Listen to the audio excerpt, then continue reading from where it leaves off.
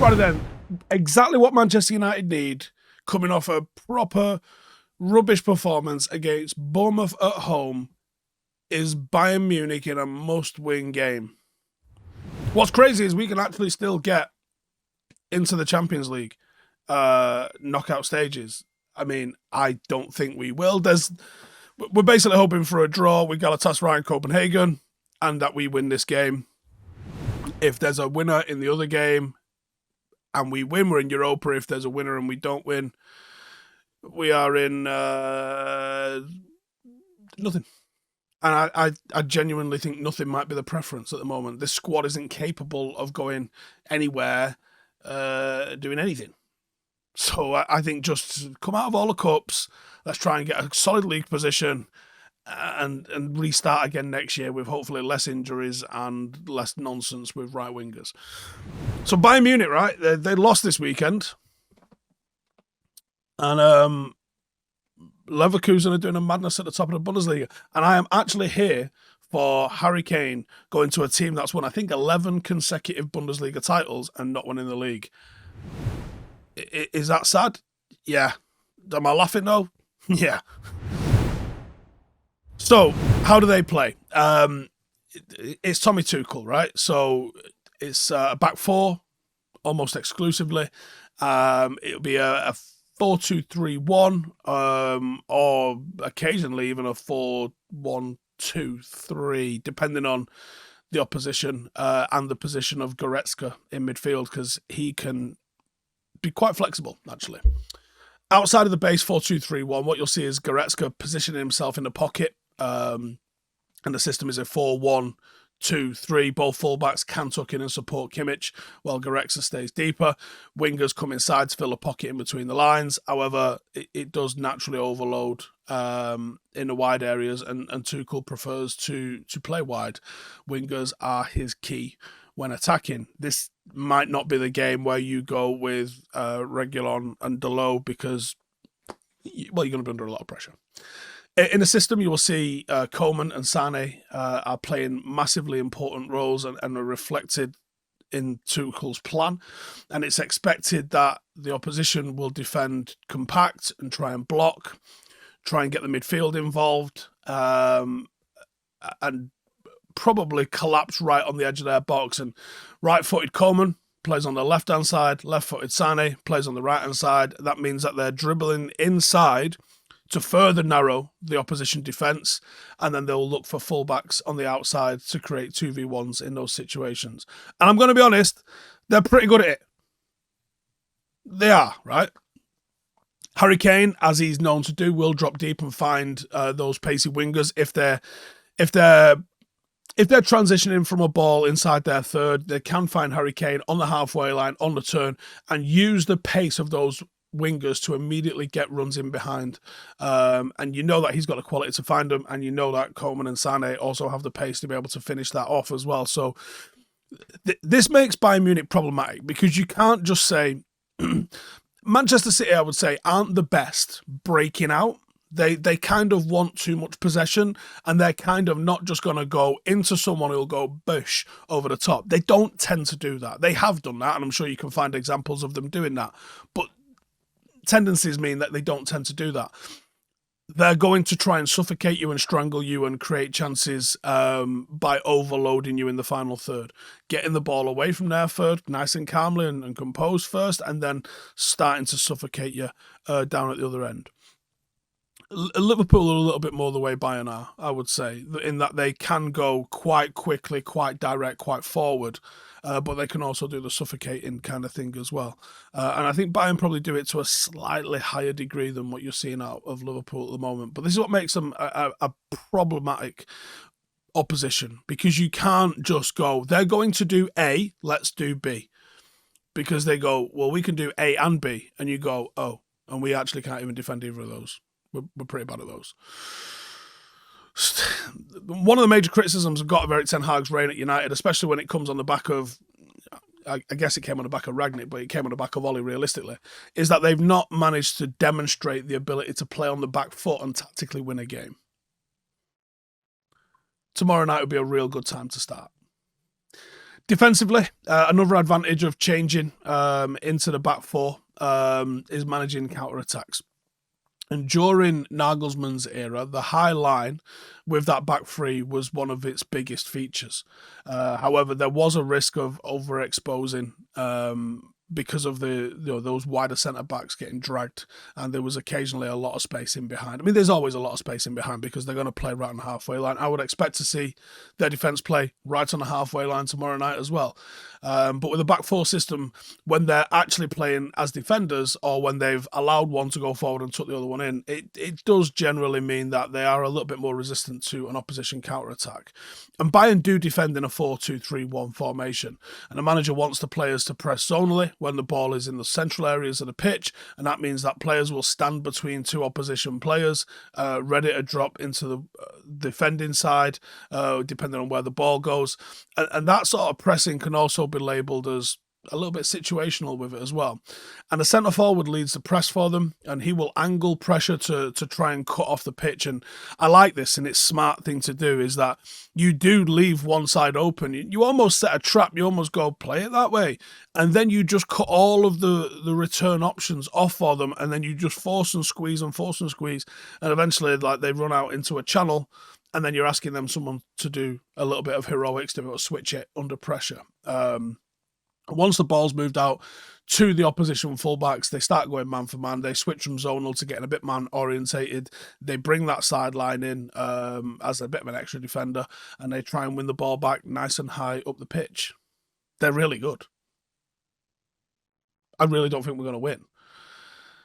Team will be as follows. I think Davies, Kim, Upamecano, Mazraoui, Coleman, Sani, Kimmich, Goretzka, Muller, Kane. Fucking Christ. It's just a top team, innit? Starman, Harry Kane. He started pretty well for Bayern, I think it's fair to say. He has got 22 goals, 7 assists. That's 29 goal contributions in 18 starts.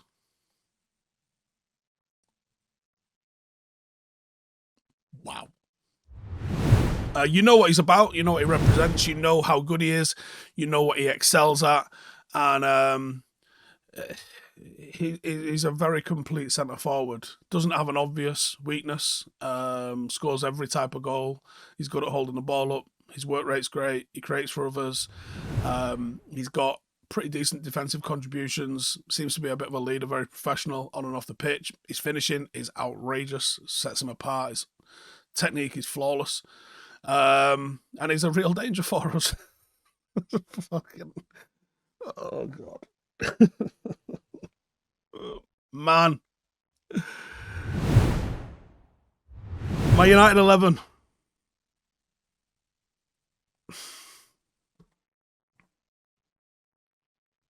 Oh, man, there's just not a team here capable of winning this. Do I throw Varane in? Probably not. Would I like to? Yeah. I'd love to know what's going on, if there's any chance of a redemption there. Otherwise, you've got to go Wan-Bissaka, Maguire, Lindelof, Shaw. And the reason that you move Shaw back out to left back is you need a slightly more defensive left back. And I think Shaw is slightly more defensive than Reguilon. You've got to try Mainu alongside Amrabat, because you're going to need to. They're going to flood so many players forward. You can't afford to have Scotty McTominay just playing as a 10. You can't. Unless you're going to throw him up front or in the 10. It'll be Bruno because he's the club captain, so you might as well just play him anyway. And then wingers, fuck me. I think you go with...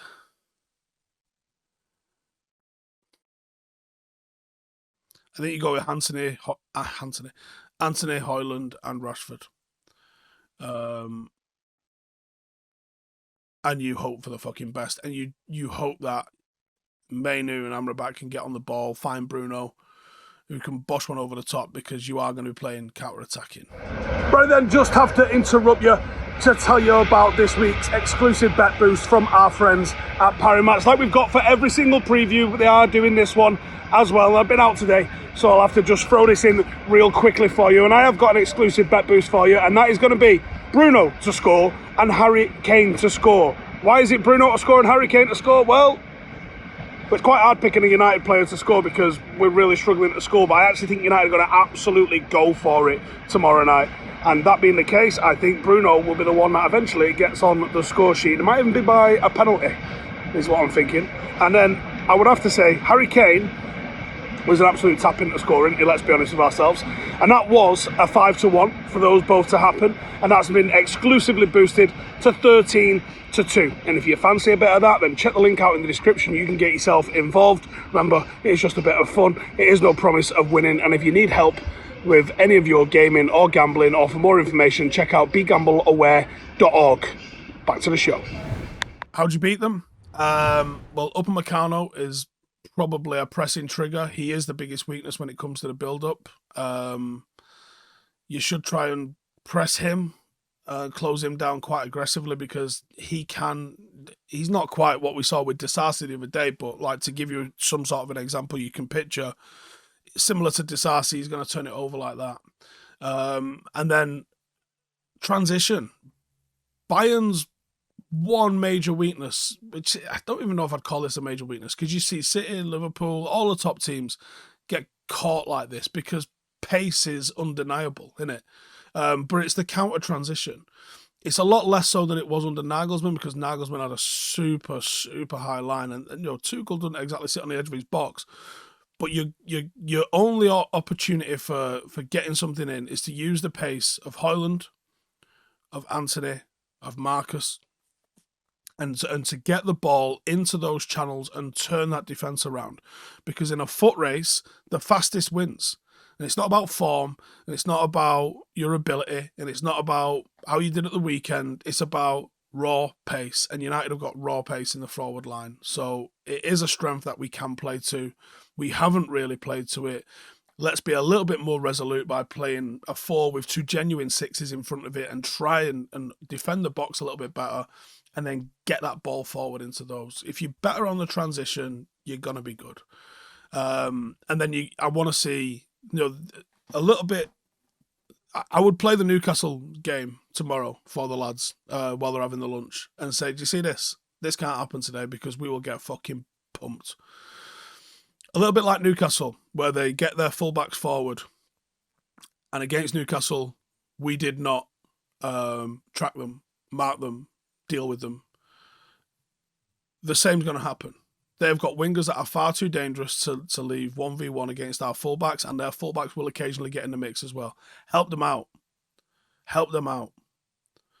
And you'll also have Kane drifting to one side as well to get on the ball in those wide areas. So you're going to find yourself 2v1 at times. So wingers need to dig it out in this to have any hope. And I still don't think we can do it.